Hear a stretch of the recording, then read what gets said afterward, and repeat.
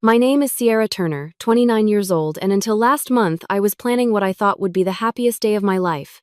After 3 wonderful years with Jeremy, my interior design business thriving, and my parents initially supporting our marriage, everything seemed perfect.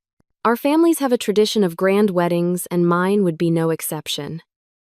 Until that fateful dinner when my father slammed his fist on the table and announced, "We are not paying for this circus."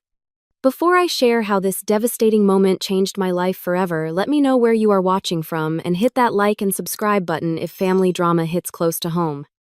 Jeremy and I met at a design exhibition in downtown Portland 3 years ago.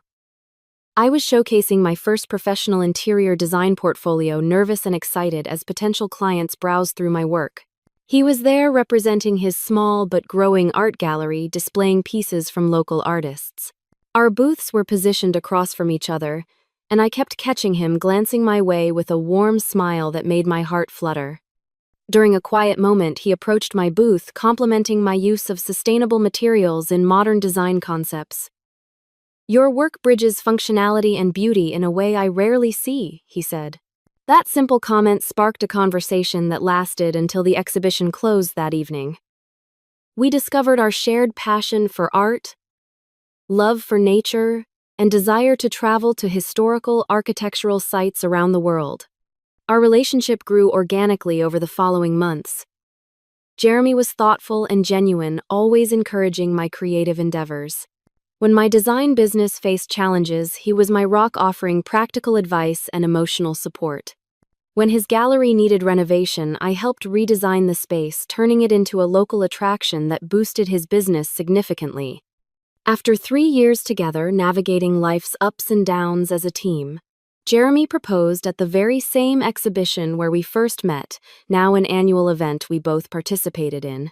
He had coordinated with the organizers to announce a special presentation at his booth. When I arrived expecting to see a new artist being featured, I instead found a beautiful display of our journey together through photographs and mementos. In front of our friends and colleagues, Jeremy knelt down holding a vintage ring that had belonged to his grandmother. "Sierra, you transformed my life from the moment you critiqued my gallery lighting that first day. Would you continue designing our life together as my wife?" I was overwhelmed with emotion, tears streaming down my face as I nodded and whispered, "Yes," before finding my voice to say it louder, prompting applause from the crowd around us. The ring held special significance beyond its family history. Jeremy had worked with a local jeweler to incorporate small, sustainable elements that reflected my design philosophy, making it uniquely ours while honoring tradition. It was perfect, just like the moment. That weekend, we visited my parents to share our news. My mother Diana squealed with delight, embracing me with tears in her eyes. "My beautiful daughter is getting married," she kept repeating, examining the ring and asking about proposal details. My father Richard, typically reserved with his emotions, clapped Jeremy on the shoulder with a genuine smile. "Welcome to the family, son," he said with uncharacteristic warmth. My younger sister, Alexis, immediately started discussing bridesmaid dresses and bachelorette party plans, her enthusiasm contagious. To celebrate our engagement, my parents hosted a special dinner at their home the following weekend. The table was decorated with flowers, candles, and my mother had prepared all my favorite dishes. During dessert, my father raised his glass for a toast. To Sierra and Jeremy, he began his voice uncharacteristically emotional. "As the father of the bride, I have the honor and privilege of giving my daughter the wedding she deserves. Jeremy, I see how happy you make my daughter, and that means everything to a father." He turned to me, his eyes sincere. "Sierra, this is our family tradition. Your mother and I will take care of everything. We will give you the most beautiful wedding a daughter could ask for." I was touched beyond words, tears welling in my eyes as I looked at Jeremy, who appeared slightly uncomfortable but grateful. Later, he confessed his concerns about accepting such generosity, but I assured him this was important to my parents. "They want to do this for us," I explained. "It would hurt their feelings if we refused." With my parents' blessing and financial support promised, we began planning our wedding for the following fall, approximately a year away. We compiled an initial guest list of around 150 people, including family, friends, and some business associates. My mother suggested we hire a professional wedding planner to help coordinate everything, and my father agreed it would be wise given the size of the event. Everything seemed perfect. My design background meant I had clear visions for the aesthetic elements. Jeremy's artistic connections offered unique opportunities for entertainment and decor, and my parents' support meant we could create the celebration of our dreams without financial strain. Little did I know that this harmony would soon fracture in ways I never could have anticipated. Our wedding planning began in earnest about 11 months before our planned date. My first priority was securing the perfect venue, as I knew the best locations booked quickly, especially for fall weddings with their beautiful foliage and comfortable temperatures.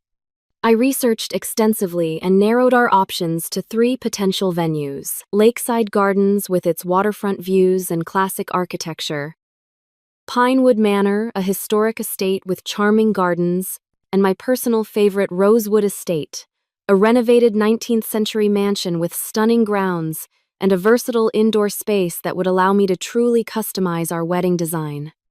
My father agreed to accompany me to visit these venues, which initially touched me. I thought it showed his investment in our special day. At Lakeside Gardens, he asked appropriate questions about capacity and amenities, though I noticed him checking his watch several times during the tour. By the time we reached Pinewood Manor, his patience seemed to be wearing thin, and he interrupted the coordinator multiple times to ask about pricing details rather than letting me inquire about design possibilities. When we arrived at Rosewood Estate, I was immediately captivated by its grandeur and potential. The estate owner, Vincent Blackwood, personally gave us the tour, passionately describing the property's history and recent renovations. While I was envisioning our ceremony in the garden and reception in the beautifully restored ballroom, my father was conspicuously checking his emails and sighing audibly. When Vincent excused himself briefly, my father turned to me. "How much longer is this going to take, Sierra? I have actual work to get back to." His comment stung, but I dismissed it as simple impatience rather than a sign of deeper issues. "Just a few more minutes, Dad. This place is perfect. Do you not think so?" He glanced around non-committally. "It seems expensive. There are perfectly good hotel ballrooms that would cost half as much." The following week, we met with Stephanie Winters, a highly recommended wedding planner who had coordinated several celebrity weddings in our region. I brought along my mother and father as they had insisted on being involved in major decisions. Stephanie presented various package options and themes, skillfully asking questions to understand our vision. While I discussed color schemes and atmosphere, my father repeatedly steered the conversation toward costs. "And how much would that flower arrangement run?" he would interject when I mentioned liking a particular centerpiece idea in her portfolio. "Is there a cheaper alternative to that type of lighting?" After Stephanie presented a comprehensive overview of services, my father frowned. "This all seems excessive. For one day, does it not?" I tried to lighten the mood. "Well, hopefully it is just one day in our lives, Dad. Most people only plan to get married once." Instead of smiling, he looked directly at me and said, "You do not think this is all a bit much? All this money for what amounts to an elaborate party?" It was the first time he had explicitly questioned the expenditure after promising to fund the wedding. My mother quickly changed the subject, but the comment lingered uncomfortably in my mind. The experience of wedding dress shopping brought another unsettling interaction. My mother accompanied me to an upscale bridal boutique, and initially the day felt magical. The consultant brought out various styles, and my mother teared up seeing me in the first few options. However, throughout our appointment, she kept stepping outside to make phone calls, which I later realized were to my father. After trying on 7 dresses, I found the one a line gown with delicate beadwork and a subtle train. It fit my body perfectly and matched the elegant, timeless aesthetic I envisioned for our wedding. When the consultant mentioned the price, my mother's expression changed. "It is lovely, dear, but perhaps we should look at some other options before deciding. Let us think about it and come back another day." On the drive home, my mother was unusually quiet. When we arrived, my father was waiting and immediately asked about the dress. "Sierra found one she likes," my mother said carefully. "And how much is this dress?" he asked directly. When I told him, he scoffed. "For something you will wear once." This is getting ridiculous. That weekend, we invited Jeremy over for dinner with my family, hoping to discuss wedding details together. The evening started pleasantly enough, with my sister keeping conversation flowing with questions about Jeremy's gallery and upcoming exhibitions. However, halfway through the main course, my father cleared his throat and fixed Jeremy with an evaluating gaze. "So, Jeremy," he began in a tone I had heard him use in business negotiations, "you work in the art industry. How much does a gallery owner like yourself make in a year?" The table fell silent. Jeremy looked startled but maintained his composure. "My gallery is doing well, sir. We have been growing steadily for the past few years." "That is not what I asked," my father pressed. "I asked for numbers. What is your annual income?" Jeremy glanced at me, clearly uncomfortable but trying to be respectful. "With respect, sir, I maintain separate finances from Sierra, but we have discussed our financial situation thoroughly and are comfortable with our future together." My father's expression hardened. "So you are counting on her income then? Or perhaps on our contributions?" I interrupted, feeling my face flush with embarrassment and anger. "Dad, that is completely inappropriate. Jeremy and I are both successful in our fields. We do not need to justify our finances to you." The remainder of dinner was painfully awkward. After Jeremy left, I confronted my father. "What was that about, Dad? You embarrassed Jeremy and me." My mother tried to mediate. "Your father is just concerned about your future, sweetie." Later that night, I pulled my mother aside for a private conversation. "Mom, what is going on with Dad? He promised to support our wedding, but now he is questioning every expense and interrogating Jeremy about money." My mother sighed, patting my hand reassuringly. "Your father is just worried, that is all. He wants to make sure you are making the right decision. Every father gets protective when his daughter is getting married. Everything will be fine, I promise." Her words were meant to comfort, but something in her tone made me wonder if she truly believed them herself. For the first time, I began to worry that our wedding planning might not proceed as smoothly as I had hoped. With my parents still officially supporting our wedding plans despite the growing tension, Jeremy and I moved forward with securing our dream venue. After thorough consideration, we decided Rosewood Estate was perfect for our autumn ceremony and reception. We scheduled a meeting with Vincent Blackwood to discuss contract details and put down a deposit. On the day of our appointment, my father called to say he could not attend due to an unexpected business meeting. "Just call me if you need approval for anything," he said hurriedly before hanging up. Jeremy and I exchanged concerned glances but proceeded with the meeting. Vincent greeted us warmly in his office, a beautifully restored room with original woodwork and modern amenities. He presented the contract, explaining each section carefully. "For your date next October, we require a $5,000 deposit today to secure the booking," Vincent explained. "This deposit is non-refundable if you cancel, as we will be turning away other potential clients for your date." I called my father as agreed, putting him on speakerphone to discuss the deposit. "Yes, fine," he said distractedly. "Put it on my credit card. I will text you the information." With my father's verbal approval and payment information, Jeremy and I signed the contract. Vincent seemed genuinely excited about our vision for the wedding. "Your background in interior design will make this event spectacular," Vincent commented. "I rarely meet couples with such a clear and cohesive vision." As we were leaving, Vincent mentioned something that would later prove significant. "I personally oversee all events at Rosewood. Your wedding will receive my full attention, not just my staff's." The next major hurdle arose when we began finalizing our guest list. What should have been a straightforward process became increasingly contentious. My mother presented me with a list of 20 additional guests my father wanted to invite, business associates I had never met. "Dad, this is our wedding, not a networking event," I protested during Sunday dinner. Jeremy and I want an intimate celebration with people who actually know and care about us. My father looked up from his plate, his expression stern. I am paying for this wedding, Sierra.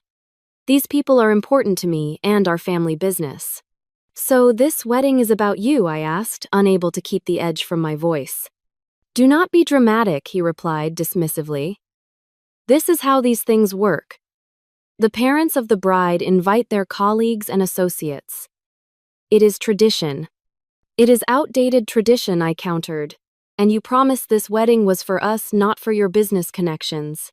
He set down his fork with a clatter. This wedding is costing me a small fortune. The least you can do is accommodate a few guests who might actually be useful to our family's future. The argument ended with me reluctantly agreeing to add 10 of his business associates to the guest list, a compromise that left neither of us satisfied. Later that evening, Jeremy tried to comfort me. It is not worth fighting with your parents over a few extra guests, he said softly. We will still have our perfect day. I nodded, but the interaction had left me unsettled. It was becoming clear that my father viewed his financial contribution as purchasing control over our wedding decisions. The next conflict erupted over the menu selection. Jeremy and I had envisioned a creative, personalized menu that reflected our first dates and favorite shared meals. We wanted food stations rather than a formal sit-down dinner, allowing guests to mingle and enjoy variety. When we presented this idea to my parents, my father immediately objected. No. We need a proper sit-down dinner with prime rib and salmon options.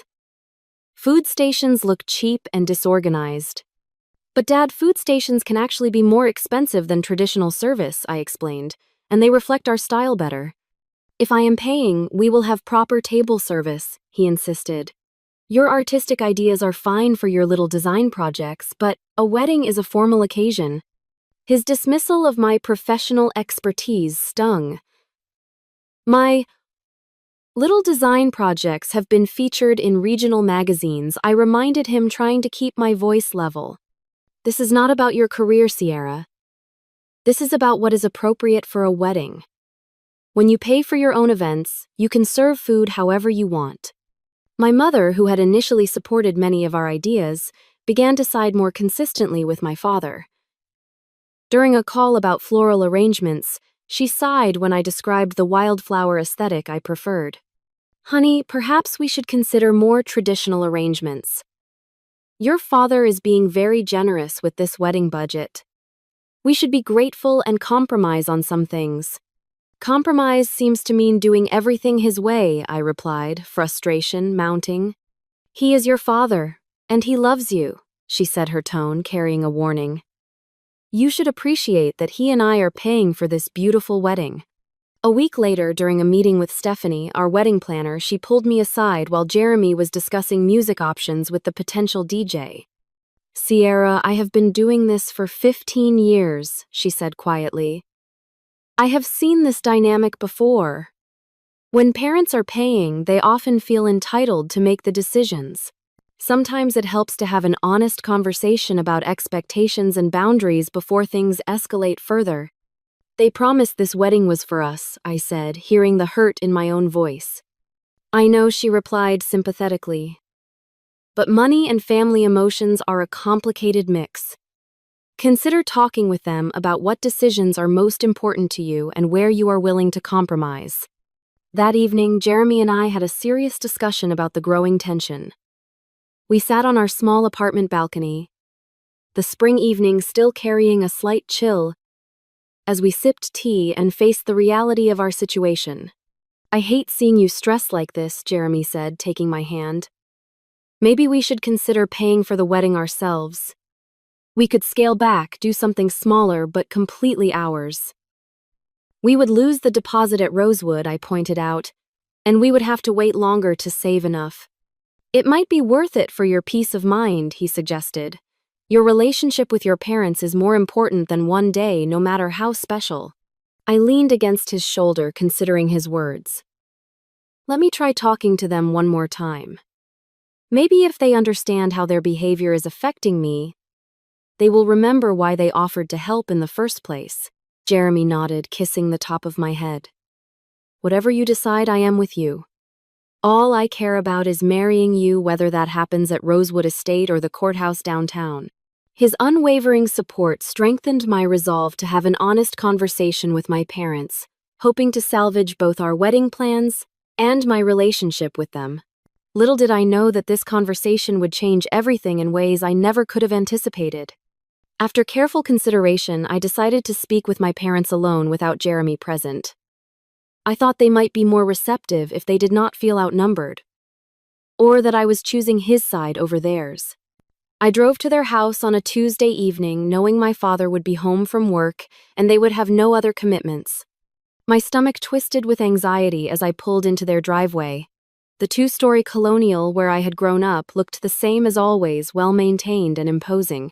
My mother answered the door with a smile that faded when she saw my serious expression. "Sierra, we were not expecting you tonight. Is everything all right?" "I need to talk to you and Dad," I said, stepping inside. "It is important." She led me to the living room where my father sat in his favorite leather armchair, reading glasses perched on his nose as he reviewed some document. He looked up surprised to see me. "Sierra, what brings you by unannounced?" I took a seat on the sofa across from him while my mother perched nervously on the armrest of his chair. The tension was palpable, even before I spoke. "I want to talk about the wedding," I began, trying to keep my voice steady. "Things have not been going the way Jeremy and I hoped, and I feel like we need to clear the air."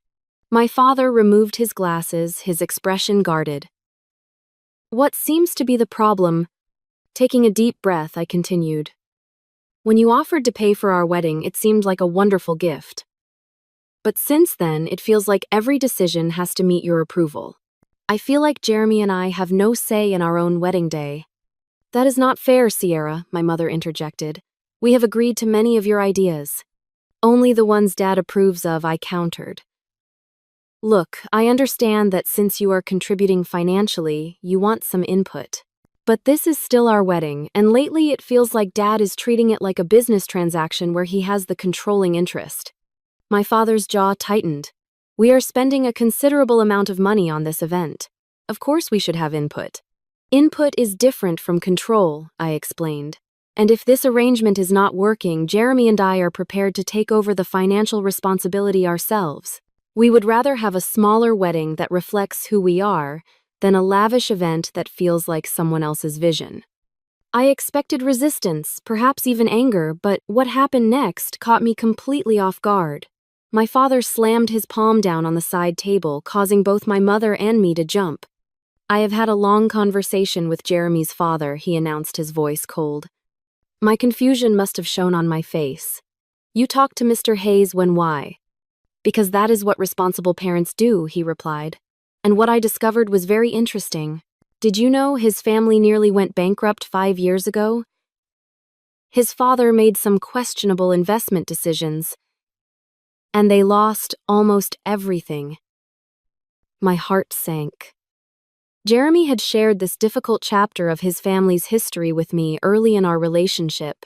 His parents had indeed faced financial hardship, but they had worked incredibly hard to rebuild their lives.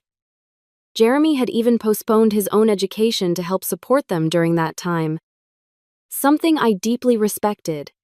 "I know about that," I said quietly. "Jeremy told me everything." "Did he tell you that his gallery is barely breaking even? That he had to take out loans to keep it afloat last year?" My father leaned forward, his expression hard. "He is marrying into a financially stable family, Sierra. Do you not see the pattern? He is targeting you for your money, or rather for my money." The accusation was so absurd that for a moment I could not speak. Jeremy was one of the most hard-working, independent people I knew. He had built his gallery from nothing, refusing help even when it was offered. "That is completely untrue," I finally managed to say. "Jeremy has never asked me for money. He has never even let me help with his business, even though I have offered. He is proud, Dad. Too proud sometimes." "All men are proud in public," my father scoffed, "but I see what he is doing. This wedding, the venue, the guest list, all of it screams someone trying to elevate their social position. You are the one who insisted on the expensive venue and formal dinner, I exclaimed, incredulous at the twisted logic. To my shock, my mother spoke up next, her voice uncharacteristically harsh. Sierra, your father and I have done extensive research on Jeremy and his family. We have been in this world longer than you have. We recognize when someone is not being genuine. What are you talking about? What research? I demanded. We hired someone to look into his background, my father admitted, without a hint of remorse. His business is struggling more than he has let on. His credit score is concerning. He is not the successful gallery owner he pretends to be. I felt physically ill at this invasion of privacy. You investigated my fiancé. Without telling me. We are protecting you, my mother insisted. You are blinded by love, but we see the reality. He is not good enough for you, Sierra. He does not have the means to give you the life you deserve. The life you think I deserve, I corrected, my voice shaking with anger. I do not care about any of that. I love Jeremy for who he is, not his bank account. You say that now, my father countered, but what about when you want to buy a house, have children? Will you be satisfied when he cannot provide those things? We will work together to build our life, I insisted. That is what partnerships are about. My father stood up suddenly, towering over me. His face had turned an alarming shade of red, and he pointed his finger at me accusingly. We are not paying for this circus, he shouted, his voice echoing through the room. I will not fund this mistake. You are determined to make. My mother placed her hand on his arm, not to calm him, but in solidarity. Find someone who can afford you, Sierra, she added, her voice cold. Someone from our circle who understands our world. I sat there stunned by the venom in their words. These were my parents, the people who had always claimed to want my happiness above all else. Now they were revealing conditional love I had never seen before, tied to social status and financial considerations I had never valued. After a moment of stunned silence, I stood up, surprising myself with how calm I felt despite the storm raging inside me. I understand, I said simply. You understand what my father demanded, perhaps expecting me to beg or argue further. I understand who you really are now, I replied softly, and I understand what I need to do. I walked out without another word, ignoring my mother calling my name. The drive home was a blur of tears and disbelief. When I arrived at our apartment, Jeremy took one look at my face and immediately wrapped me in his arms. Through broken sobs, I recounted everything, including the hurtful accusations and the shocking revelation that they had investigated his background. Instead of anger, Jeremy's response was filled with concern for me. I am so sorry they hurt you like this, he whispered, stroking my hair. We will figure this out together, I promise. That night, as I lay awake in Jeremy's arms, I realized that while my parents had just canceled our wedding venue and financial support, they had revealed something far more valuable, the truth about their conditional love and their willingness to manipulate and control rather than support my happiness. It was a painful revelation, but one that would ultimately lead to unexpected developments and a stronger future than I could have imagined. Neither Jeremy nor I slept much that night. We stayed up talking, processing the shocking confrontation with my parents, and discussing our options moving forward. By dawn, we had made some difficult but necessary decisions. We should cancel the Rosewood reservation, Jeremy said, his voice gentle but firm. We will lose the deposit, but we need to start fresh on our own terms. I nodded, feeling a mix of sadness and relief. You are right. And we should plan something smaller, something we can afford ourselves. What about a small ceremony at Riverside Park, Jeremy suggested, where we had our 1-year anniversary picnic? It would be meaningful and beautiful. The thought of a simple, intimate ceremony surrounded only by people who truly supported us brought the first genuine smile to my face since the previous evening. I love that idea. As soon as business hours began, I called Rosewood Estate to cancel our reservation. Vincent Blackwood himself answered the phone, his warm voice immediately bringing back memories of our excited planning sessions. Rosewood Estate, Vincent, speaking. Hello, Vincent. This is Sierra Turner. I am calling about my wedding reservation for October 12th. Sierra, wonderful to hear from you. How can I help with your plans today? I swallowed hard before responding. Actually, I need to cancel our reservation. Some circumstances have changed, and we will not be able to proceed with our event at Rosewood. There was a brief silence before Vincent spoke again, his voice concerned. I am sorry to hear that. May I ask what happened? Perhaps there is a solution we have not considered. Something about his genuine concern broke through my composed facade. My parents were funding the wedding, but they have withdrawn their support. They do not approve of my fiancé's financial situation. Another pause, longer this time. I see Vincent finally said, his tone shifting from professional to personal.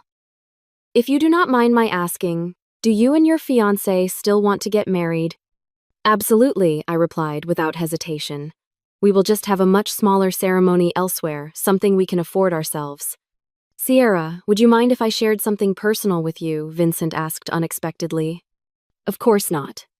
30 years ago, I was in your fiancé's position, he began. I wanted to marry the love of my life, but her parents thought I was beneath their daughter. I was just starting in the hospitality business, working long hours for little pay while her family owned 3 successful restaurants. They offered to pay for a lavish wedding, but only if she chose someone else. My breath caught. What happened?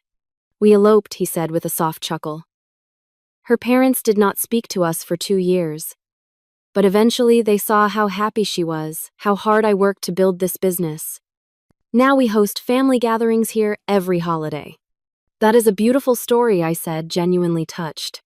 The point is, sometimes the people who love us most can hurt us deepest, Vincent continued. They think they are protecting us, but they are actually protecting their own vision of what our lives should be. As his words sank in, Vincent surprised me with an unexpected proposal. Sierra, I am going to do something I have never done before. Rosewood will refund your deposit in full. What? But the contract clearly states it is non-refundable, I protested, shocked by his offer. Yes, but I own this place and I make the rules, he replied with a smile in his voice. But that is not all.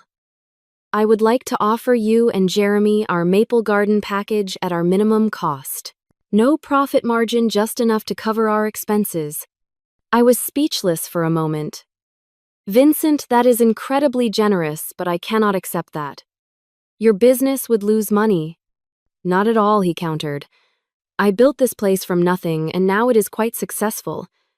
I can afford to help one couple who reminds me so much of my wife and myself all those years ago.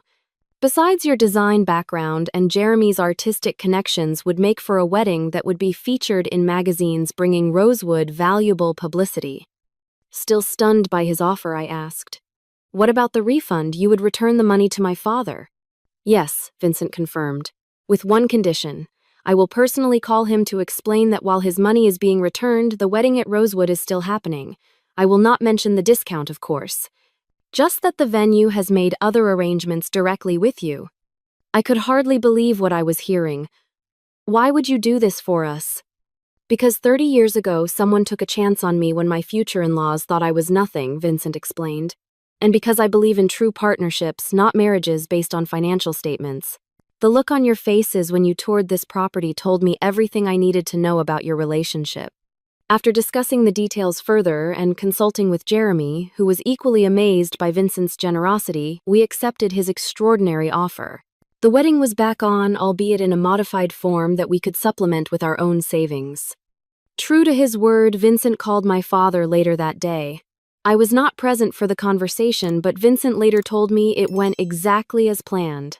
My father was initially confused about why the venue owner was calling him directly, then shocked to hear about the refund, and finally furious when Vincent explained that the wedding would proceed without his financial involvement.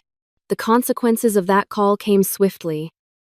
My phone rang less than an hour later, my father's name flashing on the screen. Bracing myself, I answered.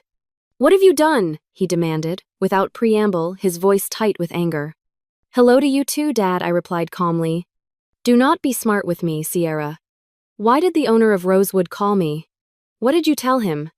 I simply explained that you were no longer funding our wedding, I answered.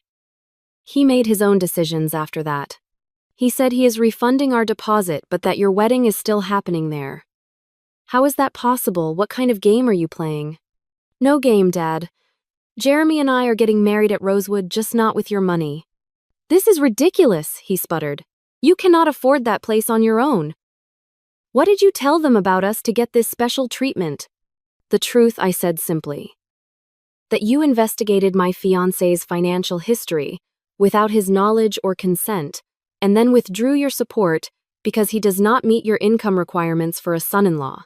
His voice lowered dangerously. You are embarrassing this family. No, Dad. You embarrassed yourself. With that, I ended the call, my hand shaking, but my resolve stronger than ever. Jeremy, who had been listening to my side of the conversation, pulled me into a hug. Are you okay? I nodded against his chest. Better than okay. For the first time since this all started, I feel like we are taking control back. Little did I know that this was just the beginning of a confrontation that would ultimately lead to unexpected healing and a deeper understanding between all parties involved. The day after Vincent's call to my father, my parents appeared unannounced at our apartment door. Jeremy had just left for the gallery, so I faced them alone, standing firmly in the doorway rather than inviting them inside. My father looked furious, his face flushed and jaw tight. My mother stood slightly behind him, her expression a mixture of anger and what might have been concern. We need to talk, my father demanded. I think we said everything that needed saying the other night, I replied coolly. Sierra, please, my mother interjected. This situation has gotten out of hand. Reluctantly, I stepped aside to let them enter our modest apartment. My father immediately began pacing our small living room, taking in the art pieces Jeremy had collected and the design elements I had carefully integrated into our home. What exactly did you tell the owner of Rosewood? He asked, turning to face me. He was incredibly rude on the phone, suggesting we had somehow wronged you. I told him the truth, I replied. That you withdrew your financial support because you do not approve of Jeremy's income level. You are making us look terrible to strangers, my father exclaimed. Do you have any idea how embarrassing that call was? He practically accused me of trying to buy my daughter a different husband. And is that not exactly what you were trying to do? I challenged. You literally told me to find someone who could afford me. As if I am a luxury item rather than a person with her own heart and mind. My mother stepped forward. Sierra, you are twisting our words. We only want what is best for you. No, I countered firmly. You want what you think is best for me. There is a huge difference. Before my mother could respond, the apartment door opened and Jeremy entered, stopping short when he saw my parents. His expression shifted from surprise to determination as he moved to stand beside me. Richard, Diana, he acknowledged them with a nod. I came back because I forgot some paperwork, but I am glad you are here. We should clear the air. My father turned to Jeremy, his posture confrontational. You have turned my daughter against us. Jeremy remained calm. I have done nothing of the sort. Sierra makes her own decisions. She always has, which is one of the many reasons I love her. You are manipulating her, my father insisted, making her choose between her family and you. No, sir, Jeremy replied firmly. You did that when you investigated me without my knowledge and then tried to cancel our wedding based on your findings. Sierra and I were planning a life together. You are the ones who presented an ultimatum. My mother looked uncomfortable. We were only trying to protect her. From what Jeremy asked. From a man who loves her more than anything. Who supports her dreams and ambitions. Who would never ask her to be anything other than exactly who she is. For the first time, I saw my mother truly looking at Jeremy, seeing beyond her preconceptions and my father's influence. My family did struggle financially, Jeremy continued, addressing the unspoken accusation hanging between them. My father made some poor investments and we lost nearly everything. But do you know what that taught me? The value of hard work, resilience, and that money does not define a person's worth. He took a step closer to my parents. I rebuilt my life from nothing. My gallery may not be hugely profitable yet, but it grows every year. I have never taken a handout, and I certainly did not pursue Sierra for her family's money. In fact, until this wedding planning began, I had no idea of your financial situation beyond knowing you lived comfortably. As Jeremy spoke, the apartment door opened again, startling all of us. Vincent Blackwood stood in the doorway looking slightly embarrassed. "I am so sorry to interrupt," he said. "The building manager let me in.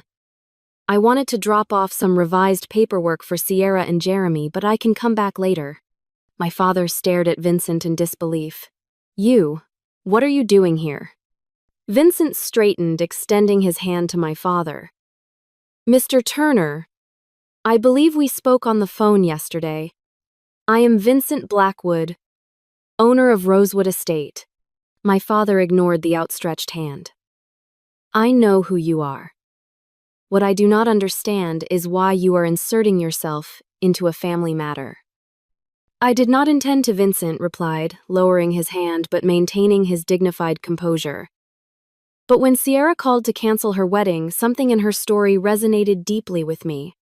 "This is completely unprofessional," my father fumed. Perhaps Vincent acknowledged, but sometimes human decency trumps business protocol.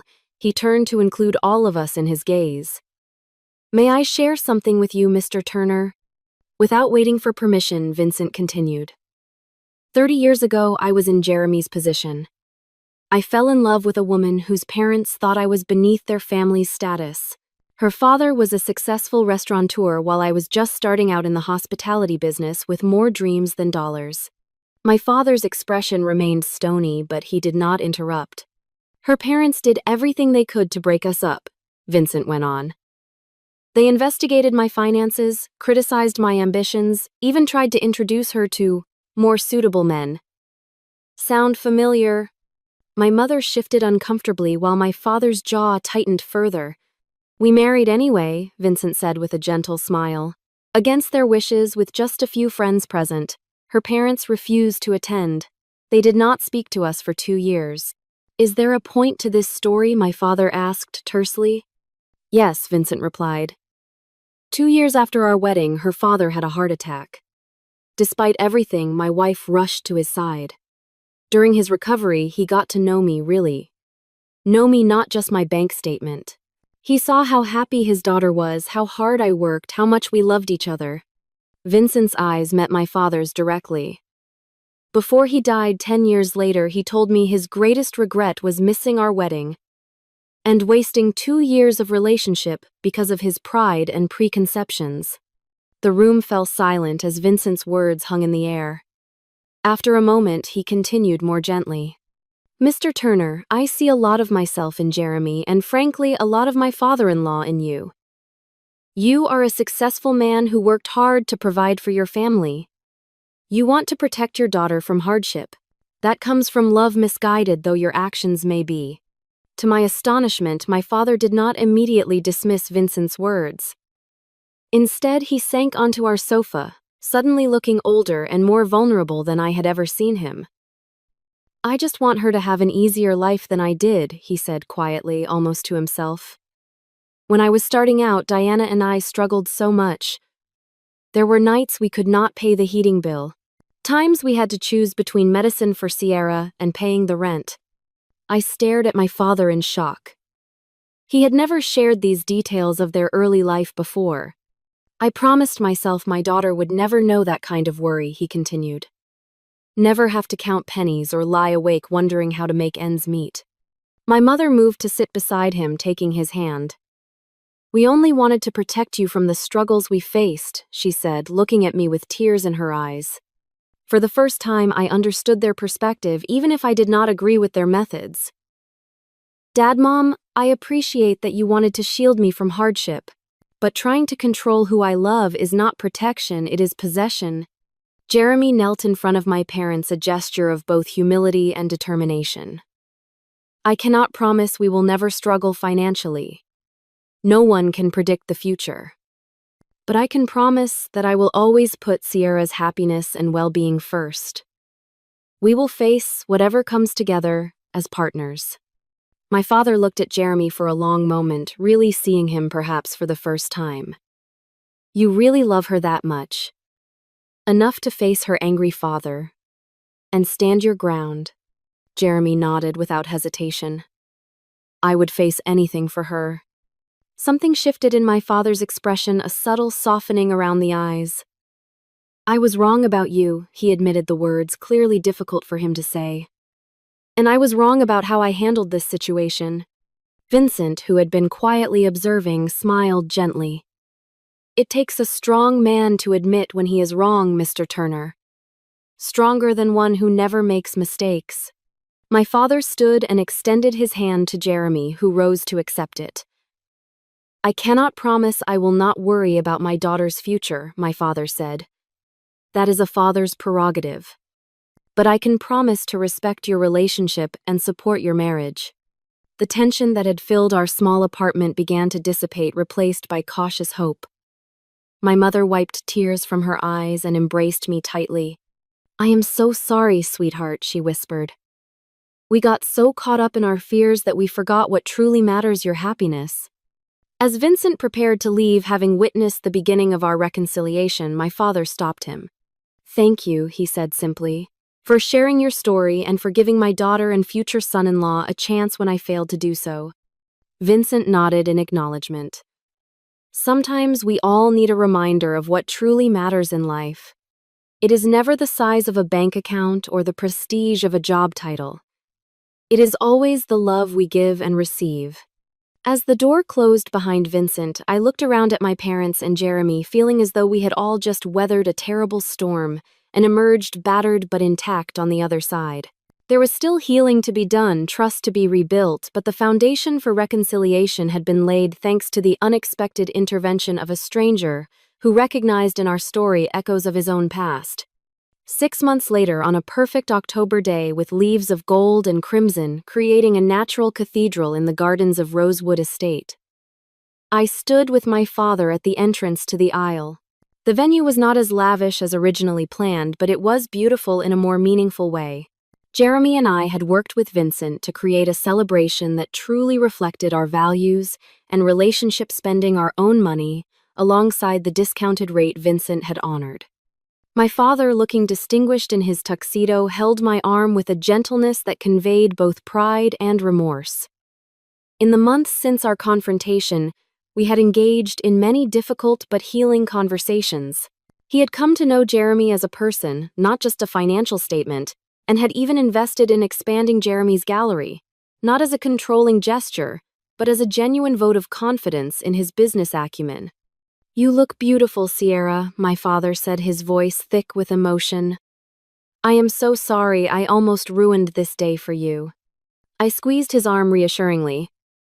But you did not ruin it. In a strange way, what happened made today more meaningful. We are all here because of choice and love, not obligation. As the music began and we started our walk down the aisle, I saw Jeremy waiting for me, his eyes filled with love and promise. Our journey to this moment had been unexpectedly tumultuous, but we had emerged stronger both as a couple and as part of a newly configured family dynamic. The ceremony was simple but profound, with vows we had written ourselves that acknowledged both the easy and difficult aspects of commitment. When the officiant pronounced us married, the applause from our truly supportive guests felt like a healing balm after months of tension and uncertainty.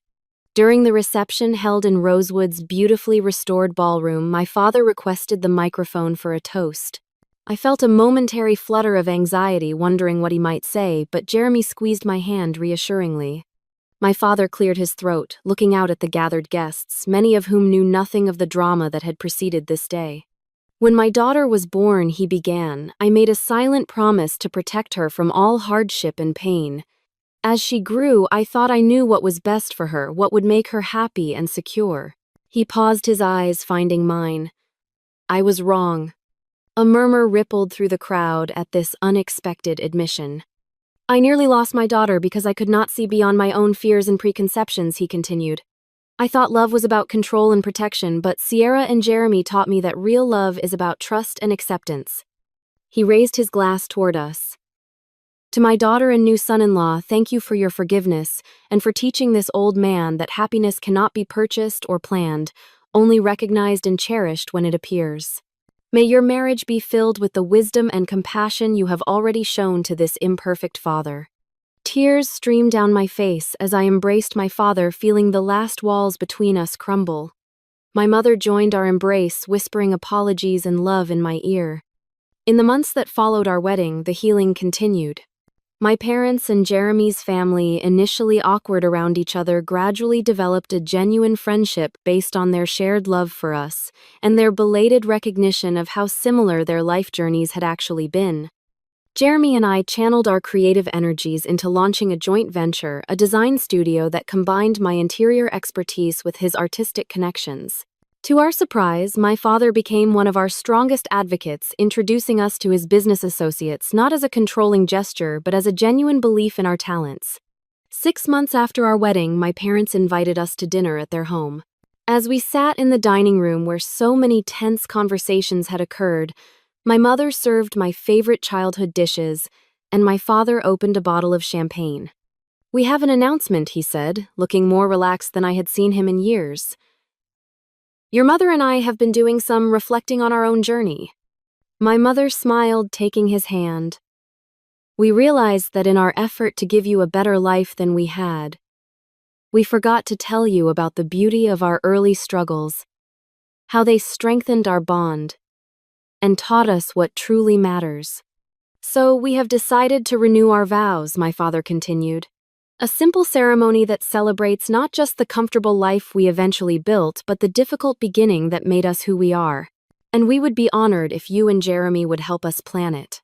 The request brought fresh tears to my eyes, representing as it did a complete reversal of the control dynamics that had caused so much pain.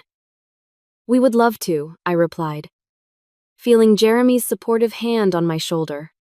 A year after my wedding day, as I sit reflecting on the journey we have all taken, I am struck by the profound lessons learned through conflict and reconciliation. I learned that sometimes those who love us most can hurt us deepest often, because their fear of our pain blinds them to our strength. I discovered that standing firm for your own truth, even when painful, ultimately creates more authentic relationships than acquiescence ever could. Most importantly, I realized that true family bonds are not about control or conditions, but about growing together through conflict and forgiveness, allowing each member the dignity of their own path, while providing support rather than direction.